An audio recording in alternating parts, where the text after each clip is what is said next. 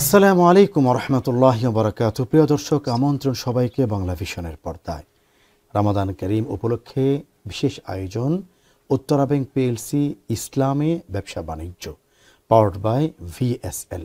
এই অনুষ্ঠানে আমরা আলোচনা করে থাকি কিভাবে ব্যবসা বাণিজ্য মানুষের কল্যাণে আসবে, মুমিনের কল্যাণে আসবে এবং কি করে আমরা সৎ এবং হালাল ব্যবসা বাণিজ্য করতে পারবো।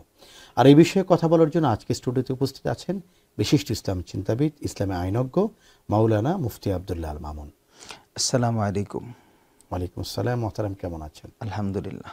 প্রিয় দর্শক, আমরা আজকে কথা বলবো কোন ব্যবসা উপকারী। আমরা আসলে যে পণ্য কম দামে কিনে বেশি দামে বিক্রি করতে পারি তাকে আমরা উপকারী ব্যবসা মনে করি। যেটা ইনভেস্ট খুব কম, প্রফিট অনেক বেশি, এটাকে আমরা উপকারী ব্যবসা মনে করি। কিন্তু শরিয়া কি বলছে, কোন ব্যবসাকে শরিয়া উপকারী ব্যবসা বলছে, এটি নিয়ে আজকের অতিথি আমাদেরকে জানাবেন। মোহতারাম, কোন ব্যবসা আসলে উপকারী ব্যবসা যদি একটু বলেন। বিসমিল্লাহির রহমানির রহিম। আলহামদুলিল্লাহ ওয়াহদা ওয়াসসালাতু ওয়াসসালামু আলা মান লা নাবিয়্যা বা'দা, আম্মা বা'দ। ব্যবসা মানবের জীবনে যেমনিভাবে দুনিয়াতে উপকার হয়, অনুরূপভাবে আখিরাতে উপকার হয়। তো এই ক্ষেত্রে আমরা ব্যবসাটাকে দুভাগে ভাগ করতে পারি যে কোন ব্যবসাটা আমার দুনিয়ার জন্য উপকার আর কোন ধরনের ব্যবসা আমার আখিরাতের জন্য উপকার। তো দুনিয়ার দিকে আমার জন্য উপকার কোন ধরনের ব্যবসা, আমি যে ব্যবসাটাই আল্লাহ তাআলার হুকুম আর নবীর তরিকা অনুযায়ী করব, সেটাই আমার জন্য ও দুনিয়ার জন্য উপকার। এখানে বিষয়টি এমন নয় যে আমি কোনো ব্যবসা করছি তো এখানে একটা পণ্যের দাম আমি বাড়িয়ে হাঁকালাম আর এটাই আমার জন্য কল্যাণকর, বিষয়টা এমন নয়। বরং যেখানে আমার জন্য বারাকা নিহিত রয়েছে, যেই ব্যবসাটা আমার আল্লাহর হুকুম নবীর তরিকা অনুযায়ী হয়, ওটার মধ্যে আমার বরকত রয়েছে। যেমন হযরত খাব্বাব রাদিয়াল্লাহু তাআলা আনহু, তিনি একজন কামার ছিলেন, লোহার কাজ করতেন। কোরআনে ওনার ব্যাপারে আয়াত নাজিল হয়েছে। হযরত খাব্বাব রাদিয়াল্লাহু কামারের কাজ করতেন, লোহার কাজ করতেন। তো এটাই তার জন্য বরকতময় ছিল। হযরত উসমানে গনি রাদিয়াল্লাহু তাআলা আনহুর এক্সপোর্ট ইম্পোর্টের ব্যবসা ছিল, ওটাই তার জন্য বরকতময় ছিল। আসলে বরকতময়ের হযরত আবু বকর সিদ্দিক রাদিয়াল্লাহু তাআলা আনহু, উনি ইসলাম ধর্ম গ্রহণের আগেও নবীজির সাথে বিভিন্ন জায়গায় ব্যবসা বাণিজ্য করেছেন, ঘুরেছেন, এবং ইসলামে আসার পরেও তিনি ব্যবসা বাণিজ্য করেছেন এবং খলিফা হওয়ার পরেও ওনার ব্যবসা কিছুদিন ছিল।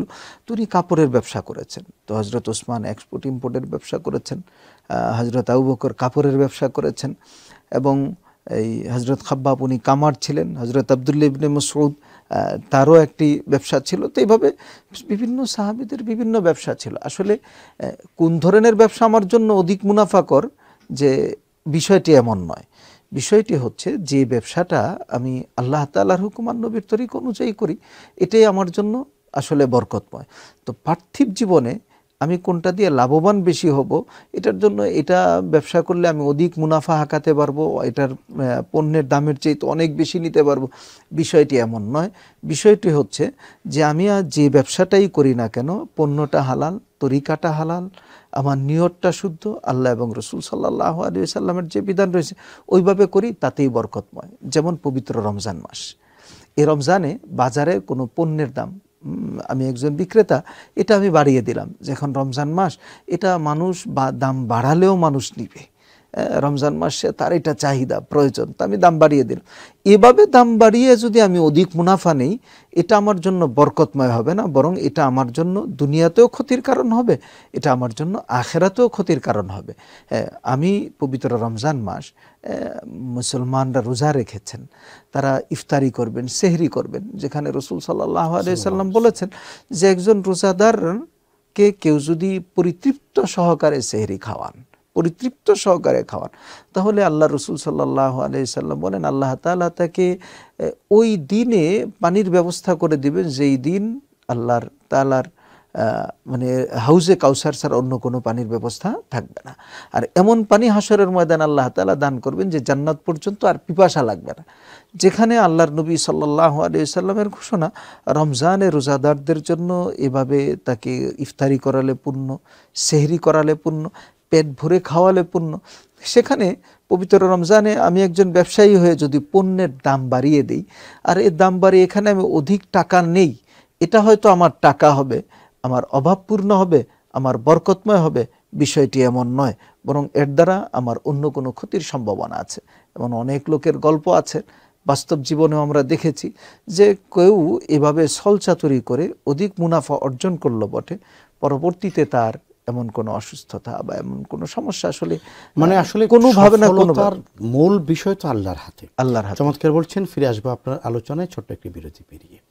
প্রিয় দর্শক, দেখছেন বাংলা ভিশনের পর্দায় রামাদানের অন্য অনুষ্ঠান উত্তরা ব্যাংক পিএলসি ইসলামে ব্যবসা বাণিজ্য, পাওয়ার্ড বাই VSL।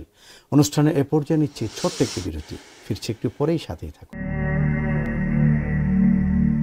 দর্শক। বিরতি পেরিয়ে আবার আমন্ত্রণ, দেখছেন আপনাদের প্রিয় চ্যানেল বাংলা ভিশন, রামাদানের অন্য অনুষ্ঠান উত্তরা ব্যাংক পিএলসি ইসলামে ব্যবসা বাণিজ্য, পাওয়ার্ড বাই VSL। আলোচনা করছি কোন ব্যবসা বরকতময়। আলোচনা করছেন ইসলামী আইনজ্ঞ মাওলানা মুফতি আব্দুল্লাহ আল মামুন। মহতারাম, আপনি বলছিলেন যে অপরকে ঠকিয়ে যে ব্যবসা আমি করছি, যেটা মুনাফার আমি চিন্তা করছি, মুনাফা আর সফলতা তো আমার হাতে নয়, মুনাফা এবং সফলতা দেওয়ার মালিক একমাত্র আল্লাহ। চমৎকার বলছেন আপনি। তো এই পবিত্র রমজান মাস, তো আমি এখানে যদি মনে করি আজকে রোজাদারকে ঠকিয়ে তাদের প্রয়োজনীয় জিনিসটার দাম বাড়িয়ে আমি খুব নিয়ে নিলাম, এর দ্বারা খুব বরকত পেয়ে যাব, লাভবান হয়ে যাব, বিষয়টি এমন হয় না, বরং এটার দ্বারা আরও বরং নিজের ক্ষতি হয়। লাভবান তো হব তখন, বরকত পাবো তখন, সফলতা পাবো তখন, যদি এই কাজটা আমি আল্লাহর হুকুম মতো করি এবং অন্যের ব্যবসাটা একটা সেবা, অন্যের উপকারের জন্য করি। যেমন একজন মানুষের কাছে চাউল আছে কিন্তু তার কাছে কোনো তরকারি নেই, তো এখন সে চালটা এটা খাবে কিভাবে? তরকারির প্রয়োজন। একজন তরকারি বিক্রেতার কাছে যিনি ফসল উৎপাদন করেছেন, আরেকজনের কাছে ফসল আছে, ওনার কাছে চাল নেই, তো উনি কী করবেন? এই সবজিওয়ালা চাউলওয়ালার কাছে যাবেন। এভাবে পরস্পরের সাথে মানুষের একটা বন্ধন রয়েছে, একটা সামাজিক বন্ধন। মানুষ সামাজিক জীব, এই পরস্পরের মধ্যে একটা সামাজিক বন্ধন রয়েছে, যার কারণে একজন আরেকজনের কাছে কেনা বেচার জন্য, যেমন একজন মানুষের একটা পোশাক দরকার, সে পোশাক, একজন মুদি দোকানদার, তার কাছে চাউল টাউল সবই আছে কিন্তু তার পোশাক দরকার, তো এখন তার একজন কাপড় বিক্রেতার কাছে যেতে হয়, সে কাপড় বিক্রেতা, তার আবার খাবার দরকার, তার আবার মুদি দোকানের কাছে যেতে হয়, তো সবই আছে, মুদি দোকান, কাপড়, আবার ঔষধের পথে আবার ফার্মেসিতে যেতে হয়। এইভাবে সামাজিক জীব হিসাবে সকলেই যেহেতু সকলের সাথে সম্পৃক্ততা রয়েছে, এজন্য ব্যবসার মধ্যে যখন কেউ অন্যের জন্য কল্যাণকামিতার সাথে সে ব্যবসা করবেন, সেখানে অল্প মুনাফা হলেও আল্লাহ তাআলা দুনিয়াতে বরকত দিবেন। ইমাম বুখারী রহমতুল্লাহ আলাইহি হাদিসের কিতাবে বুখারী শরীফে একটি ঘটনা উল্লেখ করেছেন।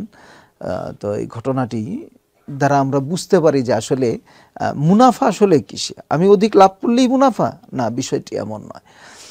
ইমাম বুখারী রহমতুল্লাহ আলাইহি উল্লেখ করছেন, সেই তাবি তাদের জামানায় কোনো এক লোক একটি জমি বিক্রয় করেছেন, আরেকজন এই জমিটি ক্রয় করেছেন।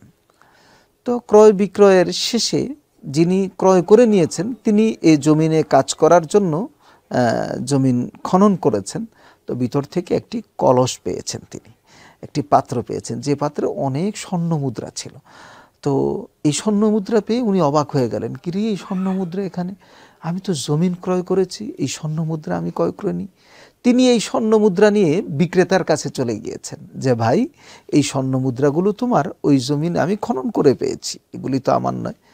তো বিক্রেতা বলছেন, না ভাই, এগুলি আমার নয়, আমি তোমার কাছে জমি বিক্রি করে দিয়েছি, তো সবটাই বিক্রি করেছি, জমিনের ভিতরে যা আছে ওটাও তোমার, এটার মালিক আমি নয়, এটা তুমি নিয়ে যাও।